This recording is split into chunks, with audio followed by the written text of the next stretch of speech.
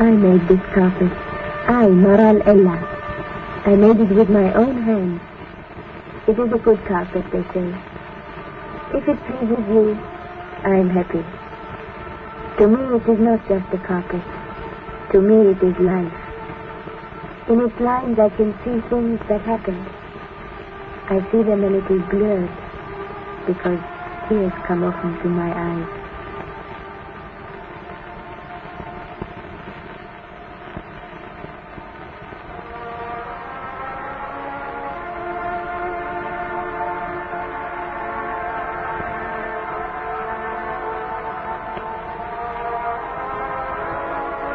It was our first morning in Israel, high above the Sea of Galilee.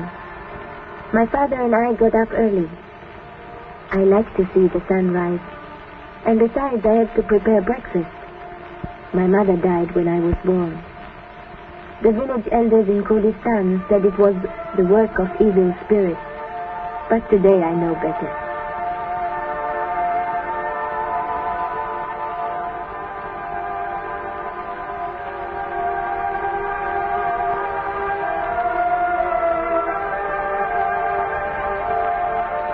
My father is a pious man. He always says his prayers with the first peep of day. That day he was quite confused.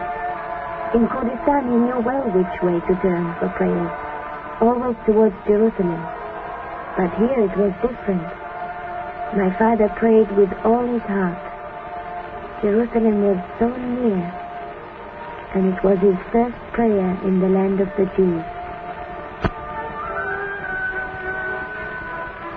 Soon my father got work down in the valley.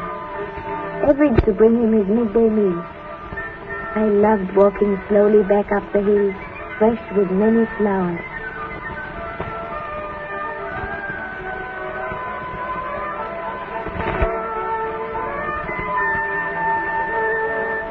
But one day when I came back, I found a man sitting in front of our little hut. He was a chacham. That is how we call our rabbi. He did not talk to me, but I knew what he wanted. He wanted me as a bride for somebody.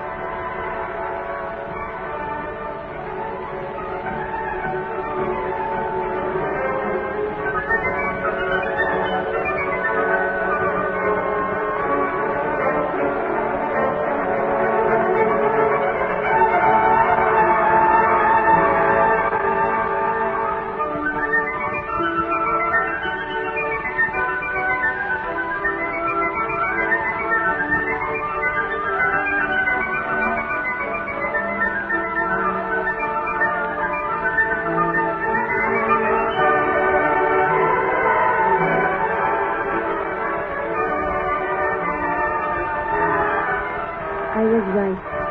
They were talking about a man for me. My father was not in a hurry to marry me off, but the Chacham was full of humor and Bible verses about marriage. So finally my father agreed. A young girl has value among Kurds. I did not hear what they said about the price. This was of no interest to me. I did not know what to think. All I knew was that I was a bride.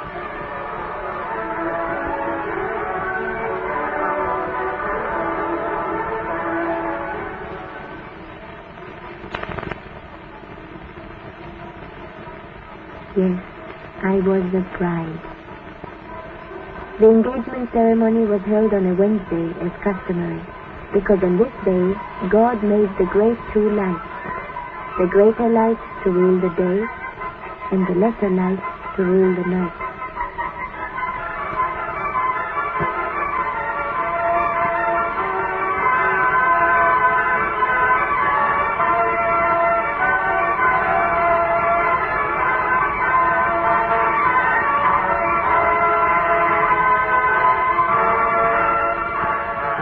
It was the first time I saw my future husband, Sabatai.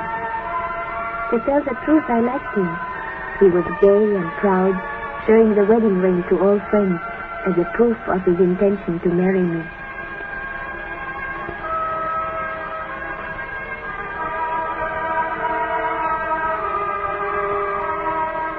I was very excited. and I hardly felt that he put the ring on my finger and kissed my hand. But I felt the look of his eyes through the veil. I think he did see my face, because he smiled. At Passover, I went to Even Safir, where my husband lived.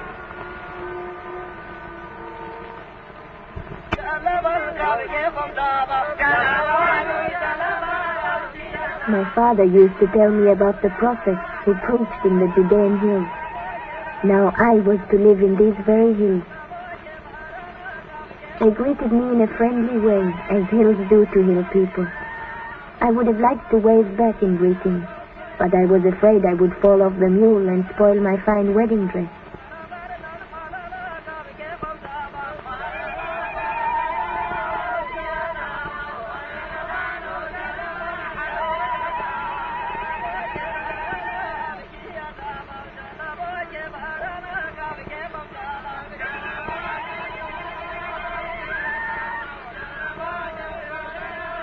Even Safir.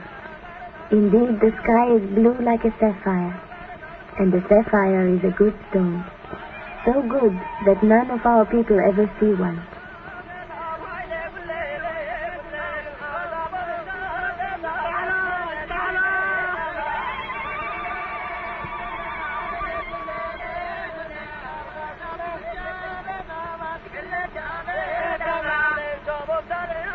Sabbatai waited for me on the roof of our future home. He stamped his foot strongly to show that it was a solid house. Everybody loves the old customs, though the mule did not care too much.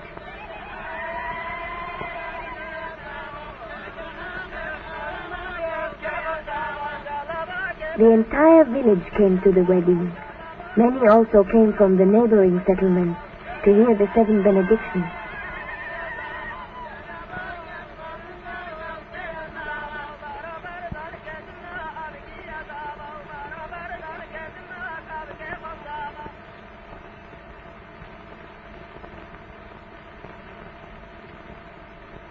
During the ceremony, I noticed that my husband placed his right foot over my left foot, which we believe assures that the man will rule the house. I don't believe in this kind of magic. In any case, I slipped out of my sandals.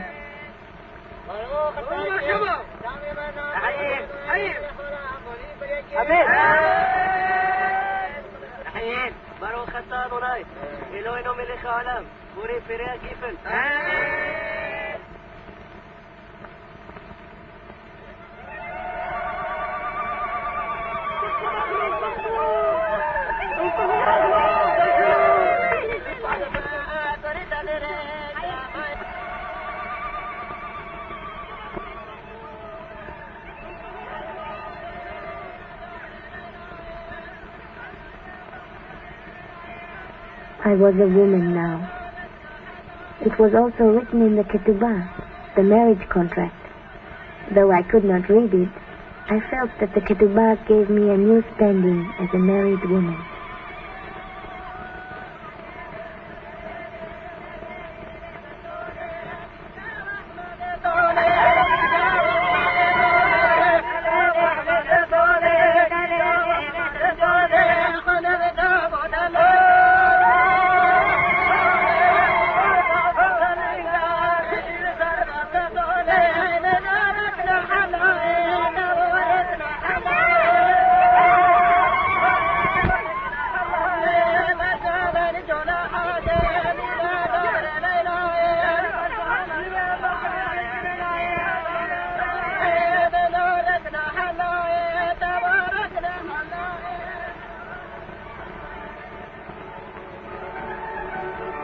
There are no sapphires in Even Safir, but you can find plenty of other stones. So our men have plenty of work to do. You have to hit the hills hard to make them give you fruit. I was not idle either. There was a lot to learn for me. Chedva, the social worker, helped me. She wanted me to become more modern, in a way.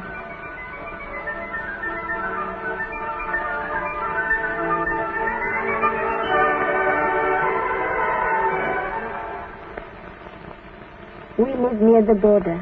I think everybody in Israel lives near the border, but not everybody has to go out on guard duty. My husband had to go. The man in charge of security in the village thought so. He thought my husband had had enough of a honeymoon, and this night his turn came to go out to guard our village. We Kurds don't know fear. We trust in the Lord. And Shabbatai got a fine new rifle.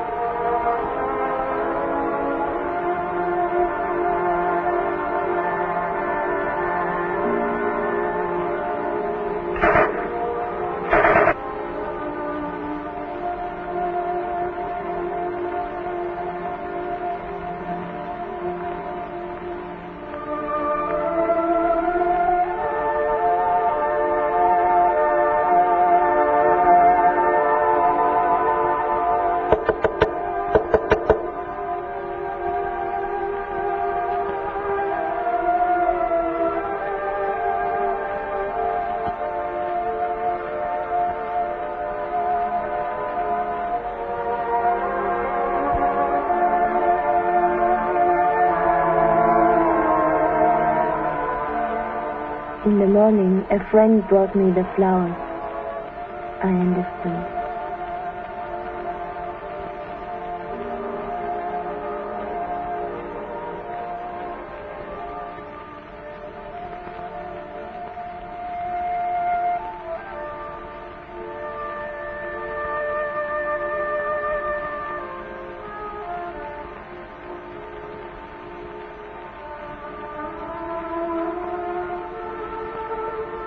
Kurdi women never take part in a funeral. The widow only digs a small grave for her husband's clothes or shoes. And so did I, because I was a widow. A widow. A woman without a man, without value in the eyes of the village.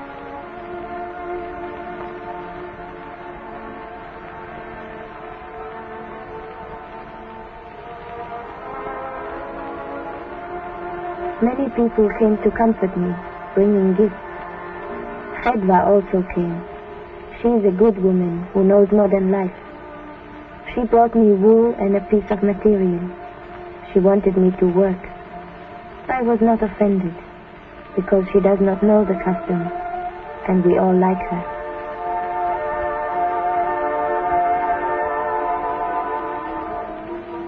So I began to work. In truth, only my hands worked. The Lord knows they worked well. But who is interested in what a widow does? Nobody.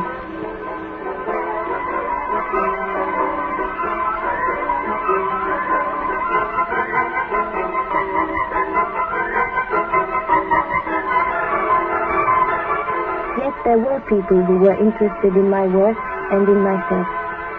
First there was Chedva, and then all her friends.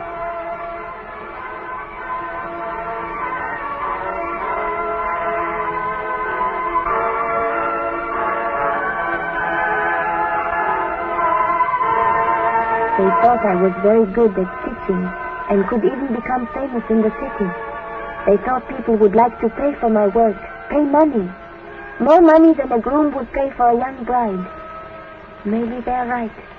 Everything is different here, even for a widow. I made this carpet. I, Maral Ella. I made it with my own hands. It is a good carpet, they say. If it pleases you, I am happy.